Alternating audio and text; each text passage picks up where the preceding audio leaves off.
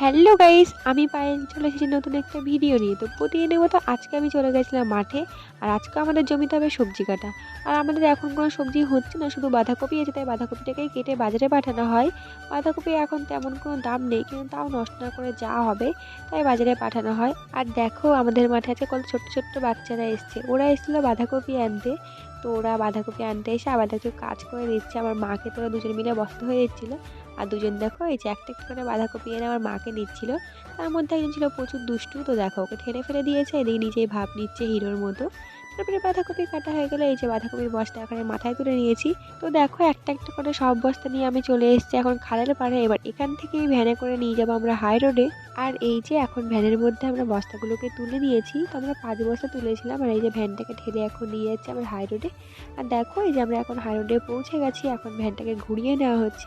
এরপর ভ্যান থেকে একটা একটা করে বস্তাগুলোকে নিচে নামানো হবে।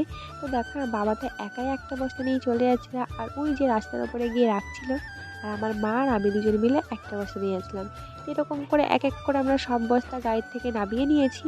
তারপরে দেখো যে খালি ভ্যান নিয়ে আমরা আবার যাচ্ছি এখন মাঠে, কারণ এখনও আমাদের মাঠে আছে 4 বস্তা বাঁধাকপি, ওটাকেও আনতে হবে। আর এই যে আমরা এখন মাঠে পৌঁছে গেছি।